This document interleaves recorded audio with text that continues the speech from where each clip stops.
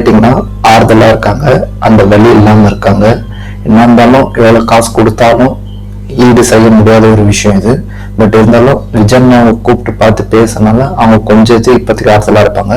அதே மாதிரி மீண்டு வருவாங்கன்றத நம்ம நம்புகிறோம். அதே மாதிரி விஜயண்ணாவும் ரொம்ப சேடாக இருக்காரு. ஸோ அவரும் கம்பேக் கொடுப்பாரு. இப்போ அதுக்கு பதில் பார்த்தீங்கன்னா இப்போ புதுசாக அவங்க வந்திருக்கு. அவர் ஒரு அறிக்கை விட்டுருக்காரு, கம்பேக் மாதிரி தலைவன்றது தான் இன்னைக்கு. எதை பத்தி உங்களுக்கு தெரியும்? இப்போ காவேரி டெல்டா பகுதியில் அந்த விவசாயிகள் நெல் கொள்முதல்ல எவ்வளவு வேஸ்ட் ஆச்சுன்னு உங்களுக்கு தெரியும். அந்த துயரத்துல இருந்து நம்ம மக்களுக்காக தான் இருக்கோம், மக்களுக்காக தான் பேசணும், மக்களுக்காக தான் செய்யணும், மக்களுக்கு எந்த ஒரு கஷ்டமும் வந்துடக்கூடாதுன்னு தான் அவர் இப்போ வரைக்கும் நினைக்கிறது. அது எதிர்கட்சியான திமுக அது ரொம்ப அலட்சியமா இருக்காங்க.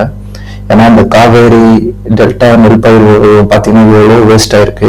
அது சரியான நேரத்துல கொள்முதல் பண்ண முடியல. அதுதான் விஜய் நம்ம அறிக்கையில சொல்லியிருக்காரு. நீங்க கரெக்டான விவசாயிகள் நாங்கள் கொள்முதல் பண்ணியிருந்தீங்கன்னா இந்த வேஸ்ட்டு இந்த ஈரமாகி தன்மையெல்லாம் போயிருக்கும். நீங்க மக்கள் சரியா பாதுகாக்காம இருக்கீங்க, உங்களுக்கு கூடி சீக்கிரம் உங்க ஆட்சி வீட்டுக்கு அனுப்பிச்சு வீட்டுல உட்கார வைப்போன்றதான் அவர் சொல்லியிருக்காரு. கண்டிப்பா நடக்க போகுது. கம்பேக் 26 அன்னைக்கு இது கண்டிப்பா மாறும். ஏன்னா விவசாயிகள் எவ்வளவு கஷ்டப்பட்டு நெல் கொள்முதல் பண்ணி அது விற்கிற போது நீங்க அதை பராமரிக்கல, அதுக்கான உரிய பாதுகாப்பு இல்லை. அது நீங்க அப்பயே நீங்க அதெல்லாம் மழைக்காக முன்னாடியே மக்களை பத்தி யோசிச்சிருந்தீங்கன்னா இப்ப அந்த வெள்ளத்துல அந்த நெல் பயிர்ல வீணாயிருக்காது. இப்ப அவ்வளவு மூட்டையும் வேஸ்ட் ஆகி ஈரமாகி கொள்முதல் பண்ண முடியாம விவசாயிகள் எவ்வளவு கஷ்டப்படுறாங்கன்றது தெரியல. அதுதான் உண்மை. ஆனா உக்காஞ்சி பைசன் வீடியோ ரிவ்யூ பண்றதுக்கும் கூப்பிட்டு வச்சு பாராட்டுறதுக்கு மட்டும் அவருக்கு நேரம் இருக்கும் சிஎம் சாருக்கு. பட் ஆனா இது மாதிரி விவசாயிகள் கஷ்டத்தை பத்திலாம் உங்களுக்கு தெரியாது. எவ்வளவு வேஸ்டேஜ் ஆயிருக்கு நெல் கொள்முதல். ஒவ்வொரு மூட்டை பார்க்கும்போது அந்த விவசாயியோட கண்ணீர் அநியாயமா போயிடுச்சுன்றத நமக்கு தெரியும்.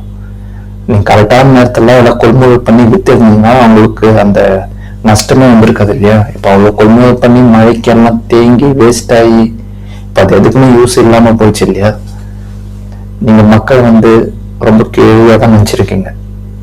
நீங்க யாருமே சும்மா நானும் விவசாயக்காரன் தான் அப்படின்லாம் பெருமைக்கு சொல்லவே முடியாது. சிஎம் சார் அப்படிதான் சொல்லியிருக்காரு. அதெல்லாம் ஒண்ணும் இல்லை, சும்மா எல்லாம் வாய்க்கு ஆச்சு விடுறதுதான். நீங்க அப்படி நினைச்சிருந்தீங்கன்னா அந்த விவசாயம் கஷ்டப்படாம நீங்க பாத்துருக்க மாட்டீங்க இல்லையா? அந்த நெல்லுல எல்லாமே வேஸ்டா இருக்காது இல்லையா? மூட்டை எவ்வளவு வேஸ்ட்.